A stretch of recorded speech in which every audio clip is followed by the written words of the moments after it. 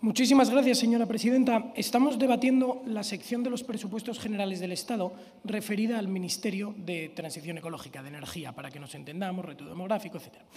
Y el interviniente anterior, el señor de Podemos, viene y halaga, nos da las virtudes del comunismo. Y yo me quedo impactado, no solo porque defienda a la ideología comunista en sí, sino porque hable de la ideología comunista en un foro que incluye la transición ecológica, el clima, etc.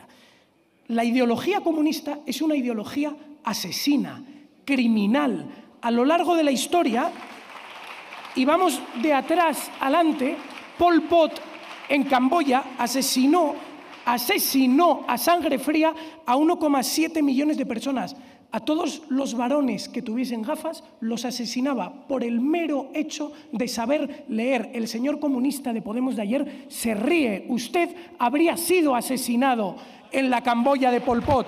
Stalin asesinó como mínimo de forma directa, inmediata, a 23 millones de personas. Mao asesinó a 78 millones de personas. La ideología comunista criminal y asesina. La ideología comunista, que además es la ideología que más ha atentado contra el clima de la historia del hombre.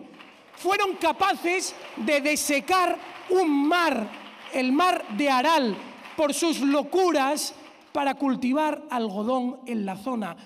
Redujeron un mar y lo convirtieron en un charco hipersalinizado. ¿Esos son los comunistas que nos vienen aquí a hablar del clima? ¿Esos?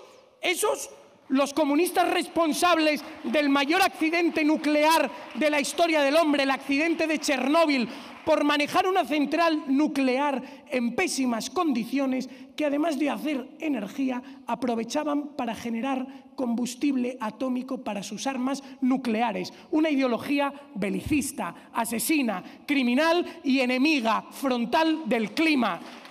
¿Y vienen aquí a darnos lecciones? ¿De verdad tienen tan poca vergüenza para hablar de eso aquí? Son ustedes la hipocresía y la mentira personificada. Y es importante que los españoles entiendan que si esta partida de los presupuestos generales del Estado referida al Ministerio de Transición Ecológica y Reto Demográfico se aprueba tal y como está, España pierde, España se hunde y el futuro de España pintará cada vez más oscuro. ¿Por qué? Porque este Ministerio de Transición Ecológica, al final, con esta partida presupuestaria, lo único que hace es imponer y colocarnos su agenda. Y me explico. Vienen aquí y nos dicen, no, es que hay que dejar de contaminar, tenemos que dejar de emitir CO2 porque hay un cambio climático en el mundo y nuestros agricultores están padeciéndolo.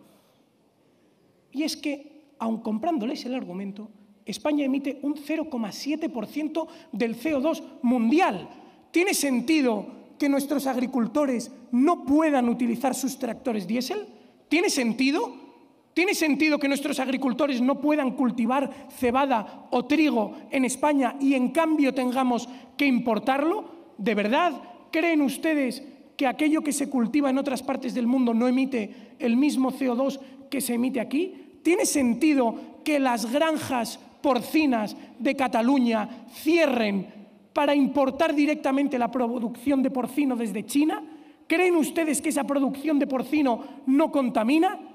Lo que sucede es que ustedes lo que están haciendo, señora Rivera, es exportar la producción española, trasladarla a otros países del mundo, que son los que se enriquecen. Y mientras tanto, nuestros trabajadores, por ejemplo, los de los Altos Hornos de Asturias, que ahora van a cerrar, se irán a la calle.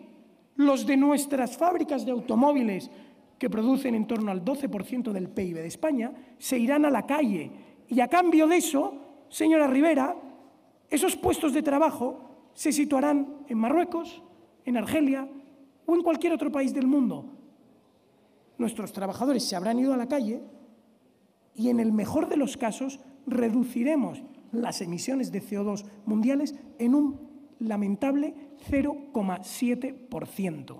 Además de eso, es importante que todos los españoles sepan y entiendan que España es uno de los países que menos CO2 emite del mundo.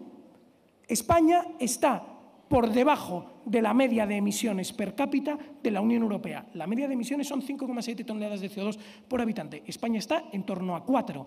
Y a su vez Europa es la región del mundo que menos CO2 emite per cápita y por euro de valor añadido bruto en su PIB. En conclusión, pese a ser unos de los más eficientes, ustedes obligan a nuestra industria a cerrar, obligan al campo a dejar de cultivar y a cambio de eso no nos aportan absolutamente nada. Porque cuando viene usted y nos habla de la sequía, que de nuevo, comprándole el argumento, es que España, de media, ha tirado casi 30.000 hectómetros cúbicos de agua.